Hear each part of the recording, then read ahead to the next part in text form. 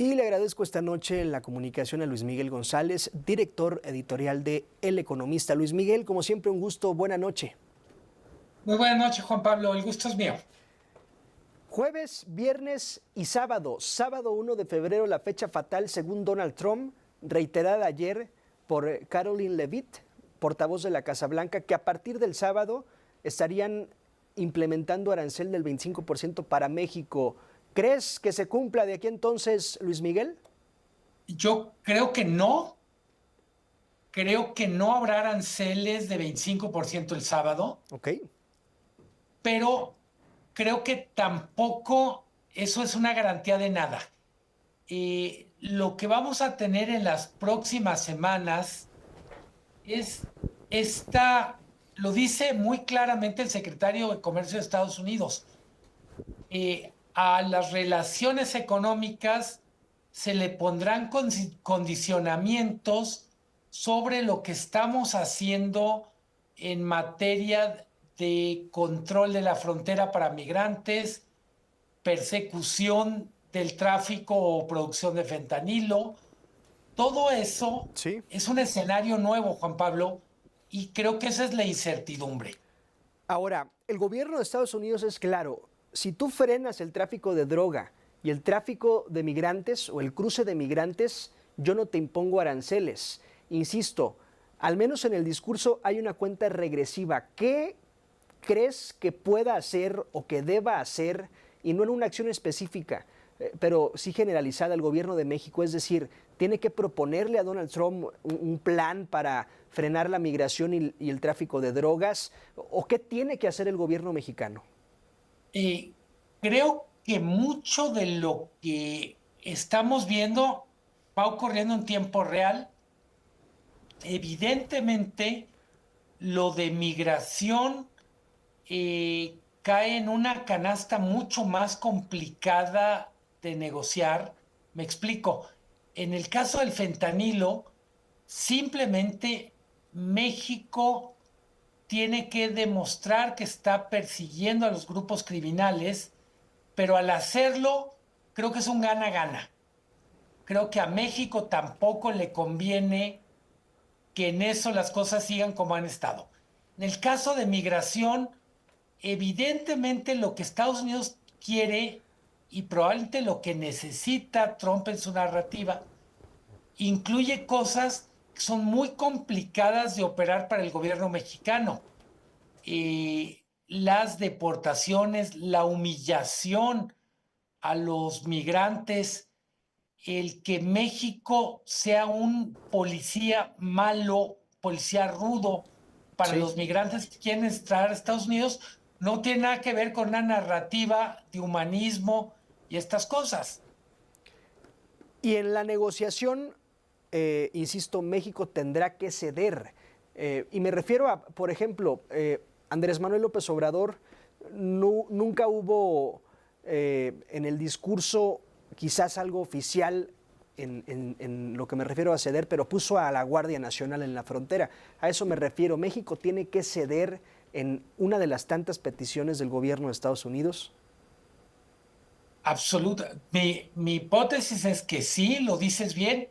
En el primer periodo de Donald Trump, esto de esta concesión de México se Sí. tradujo en 30,000 elementos de la Guardia Nacional dedicados a perseguir migrantes.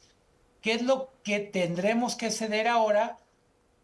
Probablemente nos enteremos algún tiempo después, pero lo único que está claro es la presión de Trump le va a permitir a él una ventaja en la negociación, vamos a decir, está jugando con las piezas Sí. blancas como si fuera ajedrez o damas, y el gobierno mexicano creo que tiene, además de la relación con Trump, una asignatura pendiente en la comunicación a la población de Estados Unidos sobre qué estamos haciendo, cómo lo estamos haciendo. Es un problema diplomático, pero también de relaciones públicas Claro. con la sociedad de Estados Unidos. Ahora, Luis Miguel, volviendo al punto inicial de esta conversación, tú me dices que no crees que de aquí al sábado haya un arancel, al menos no del 25%. Pero vayamos a la afirmativa de Donald Trump y en el supuesto de que sí, efectivamente, a partir del sábado se apliquen 25% en todos los productos que vayan de aquí hacia Estados Unidos. Repercusiones inmediatas, del sábado al domingo, del domingo al martes. Yo te pongo una, el aguacate de Michoacán que va rumbo al Super Bowl, por ejemplo. Es probable, Juan Pablo, creo que lo planteas muy bien. Es probable que en los primeros días todavía tendrían inventarios de cosas que ya llegaron. ¿Ok? Porque Tienes razón. lo que sabemos, Juan Pablo, es que en algunos casos se adelantaron pedidos para minimizar el riesgo. Creo que el problema con los aranceles es de qué tamaño son y por cuánto tiempo en- estarían operando. Si es un asunto de los conecto y los desconecto, creo que estaríamos en un terreno de teatralidad con poco efecto económico. Si llegan para quedarse un rato, y cuando digo un rato, de una semana en adelante, los efectos para Estados Unidos son de inflación, pero para México son de desempleo y de problemas económicos ¿Ok? significativos. Desempleo, ¿por qué? Si la maquiladora producía tal cantidad de productos y se imponen aranceles, ¿producirán menos y correrán empleados o en qué se refleja el desempleo? En automático, un arancel le quita competitividad a los productos que tú mandas, los encarece y probablemente lo que significa es que vas a vender menos. Si vendes menos, produces menos y si produces menos, requieres menos insumos, pero también menos personal. Estoy platicando con Luis Miguel González, él es director editorial del Economista. Esas son las repercusiones a corto plazo. Ahora, hablar de aranceles del 25% a largo plazo es hablar de una locura, algo que sí es probable que no ocurra.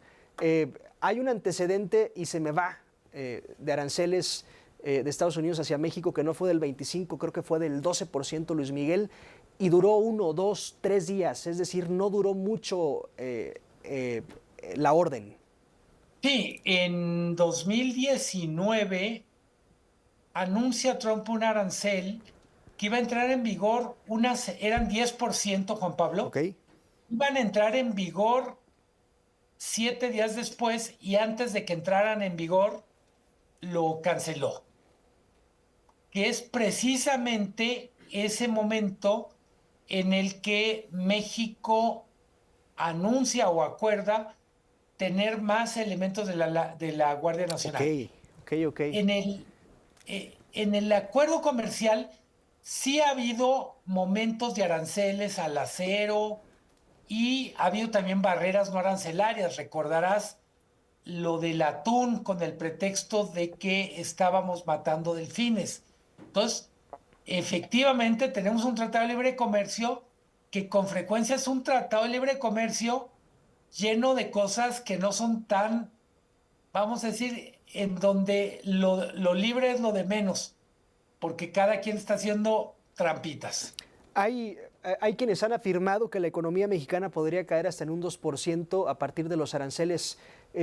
Para quienes no comprendemos números y estadísticas, ¿qué significa un 2% en la caída de la economía mexicana? Si es que así Eh, ocurriera. para ponerlo en perspectiva, la pandemia en 2020 significó una caída de 8%. ¿Ok? Hay que recordar, la pandemia significó que se cancelaban actividades completas, había ciertas cosas que eran como de fantasma, pienso las salas de cine, algunos restaurantes. Eso es una caída de 8%. Una de 2% es menos severa, pero también es significativa. Claro. Creo, Juan Pablo, además que le pegaría más a zonas exportadoras. Y esto quiere decir que algunas de las regiones más prósperas, más dinámicas, serían las que padecerían más. ¿Por qué? Porque son las que más dependen de la economía de Estados Unidos. Cuando hablamos de 2% es un promedio. a algunas regiones les pegaría más y a otras que no exportan, pues prácticamente no les cambiaría la vida. Luis Miguel, ya por último, ¿crees que Juan Ramón de la Fuente y Marcelo Ebrard estén viendo el reloj en tic-tac de aquí el sábado, pensando qué propondrán y a quién se lo propondrán, o ese asunto de la propuesta y la vía de comunicación para a quien se lo harán llegar, ya crees que lo tengan planchado hasta esta noche de miércoles? Yo creo que todavía están afinando, es como esas tareas de escuela que dices, si te da el profe 10 minutos más, Sí. también los usas. Creo creo que están trabajando a marchas forzadas, pero estamos combatiendo algo que no sabemos de qué tamaño va a ser.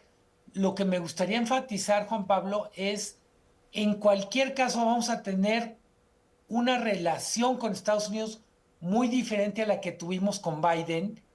Eh, Biden y su gobierno fueron muy respetuosos. Alguien diría, por ejemplo, del embajador Salazar, que hasta fue complaciente. Sí. Eso no va a ser la norma en estos 4 años y pase lo que pase el sábado con los aranceles, tendremos como estos programas de concursos pruebas cada semana. Bien, pues estaremos atentos a estas pruebas.